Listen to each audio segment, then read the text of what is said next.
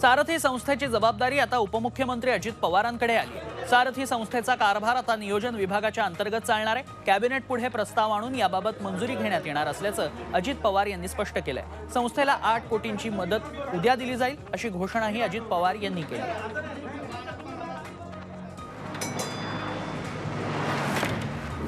सारथी संस्थेप्रकरणी राज्य सरकारवरती होणाऱ्या आरोपांसंदर्भात बोलावलेल्या बैठकीत चांगलाच गोंधळ पाहायला मिळाला। छत्रपती संभाजीराजेंना तिसऱ्या रांगेत बसवल्यामुळे मराठा समाज समन्वयकांनी गोंधळ घातला। छत्रपतींचा जाणून बुजून अपमान केल्याचा आरोप मराठा समाज समन्वयकांचा आहे।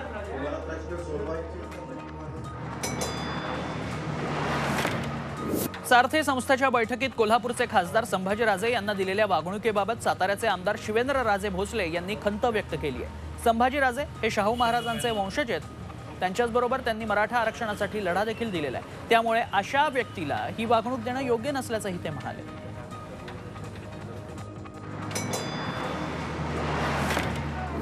मुंबईतील बैठकीत संभाजीराजांना तिसऱ्या रांगेत बसवल्याच्या घटनेचा औरंगाबादमध्ये निषेध करण्यात आला। या प्रकरणी अजित पवारांनी माफी मागावी अशी मागणी मराठा क्रांती मोर्चाच्या कार्यकर्त्यांनी केली।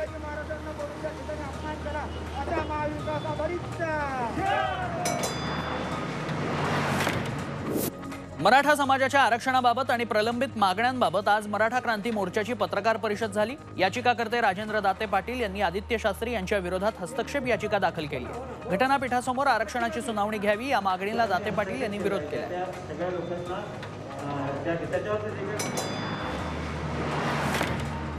राज्यातील ओबीसी नेते हे गंभीर नाहीत आणि सध्या ओबीसी चळवळ ही मोडकळीस आली आहे, त्यामुळे सरकारला जाग करण्यासाठी यापुढे ओबीसी समाज सत्ताधाऱ्यांविरोधात असहकार आंदोलन करणार असल्याची घोषणा संघर्ष समितीचे समन्वयक माजी आमदार नारायणराव मुंढे यांनी केली आहे। या निर्णयामुळे सरकारच्या अडचणीत वाढ होण्याची शक्यता आहे।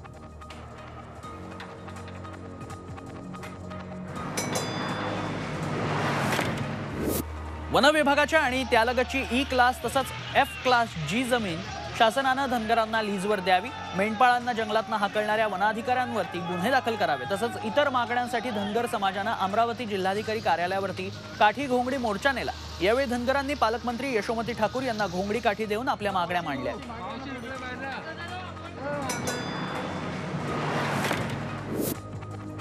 खोरदड गावातील महिलेच्या विनयभंगा प्रकरणातील तक्रारदार दीपक राठोड आणि त्यांच्या कुटुंबियांना बंजारा समाजाच्या जात पंचायतीनं गावातनं बहिष्कृत केलंय। या संदर्भात गृहमंत्र्यांकडे तक्रार केल्यानंतर तालुका पोलीस ठाण्यात जात पंचायती विरोधात गुन्हा दाखल करण्यात आलाय। त्यावरनं 20 जणांविरोधात गुन्हा दाखल करण्यात आला।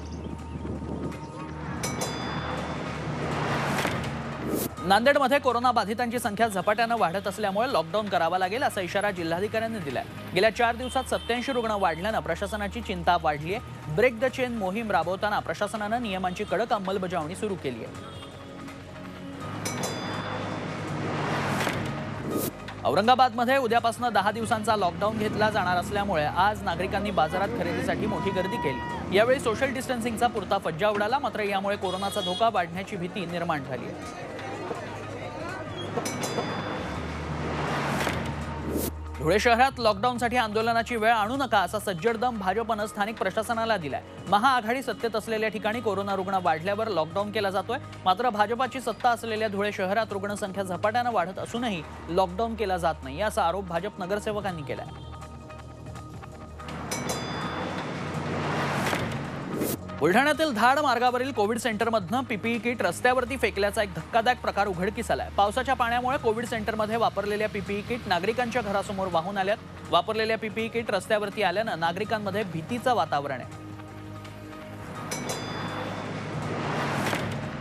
परभणी जिल्ह्यात कोरोनाचा 5वा बळी गेलाय। जिल्ह्याची रुग्णसंख्या 181 वर पोहोचली आहे। सेलू आणि गंगाखेडात 11 जुलैपर्यंत संचारबंदी लागू असून नियम न पाळणारी दुकानं बंद करण्याचे आदेश जिल्हाधिकाऱ्यांना दिले आहेत।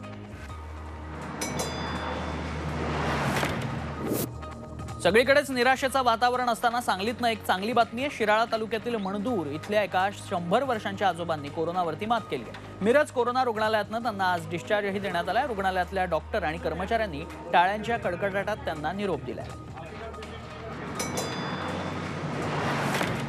पुण्यातल्या तळेगाव दाभाडे येथील कोविड सेंटरमधनं 45 वर्षीय कोरोनाबाधित महिलेनं पळ काढला होता। मानसिक संतुलन बिघडल्यानं ती रुग्णालयातील कर्मचाऱ्यांची नजर चुकवून पसार झाली। बांधकाम सुरू असलेल्या इमारतीमध्ये ती लपली होती। तब्बल 2 तासांच्या प्रयत्नानंतर या महिलेला ताब्यात घेण्यात आलं। पुणे जिल्ह्यातल्या खेड तालुक्यात कोरोनाचं थैमान सुरूच आहे। 24 तासात तालुक्यातील 14 गावांमध्ये कोरोनाचे 38 रुग्ण आढळले। त्यामुळे तालुक्यातील कोरोनाग्रस्तांची संख्या 278 वर पोहोचली आहे। कोरोनाचा वाढता संसर्ग रोखण्यासाठी राजगुरुनगरमध्ये आठवडाभराचा लॉकडाऊनही घोषित करण्यात आला आहे। राज्यात कोरोनाच्या रिकव्हरी रेटमध्ये हिंगोलीचा पहिला क्रमांक आलाय। हिंगोलीत मृत्यू दराचं प्रमाणही अत्यल्प राहिलंय। दरम्यान हिंगोलीत कोरोनाचे 14 रुग्ण आढळलेत। यात एका 2 महिन्याच्या मुलीसह 5 महिला आणि 9 पुरुषांचा समावेश आहे। त्यामुळे जिल्ह्यातील कोरोनाग्रस्तांची संख्या 314 वर पोहोचली आहे। यातील 51 जणांवरती सध्या उपचार सुरू आहेत।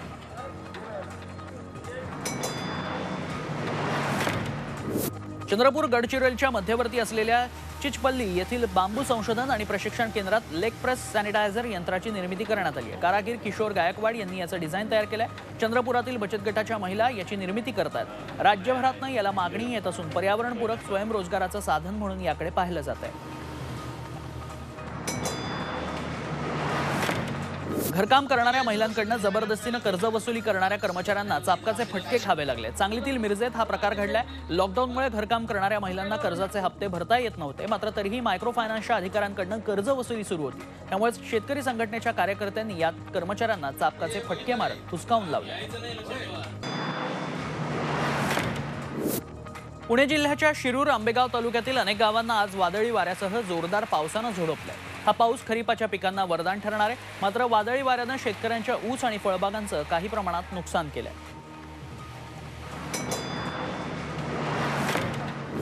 कोल्हापूर जिल्ह्याच्या पश्चिम भागात पावसाचा जोर वाढला। त्यामुळे राधानगरी धरणातून पाण्याचा विसर्ग वाढवण्यात आला असून सध्याच्या घडीला 1400 क्युसेक पाण्याचा विसर्ग सुरू आहे। राजाराम बंधारावरील पंचगंगा नदीची पाणी पातळी 27 फुटांवरती पोहोचली आहे। जिल्ह्यातील 3 राज्यमार्ग आणि 5 प्रमुख जिल्हा मार्ग बंद आहेत।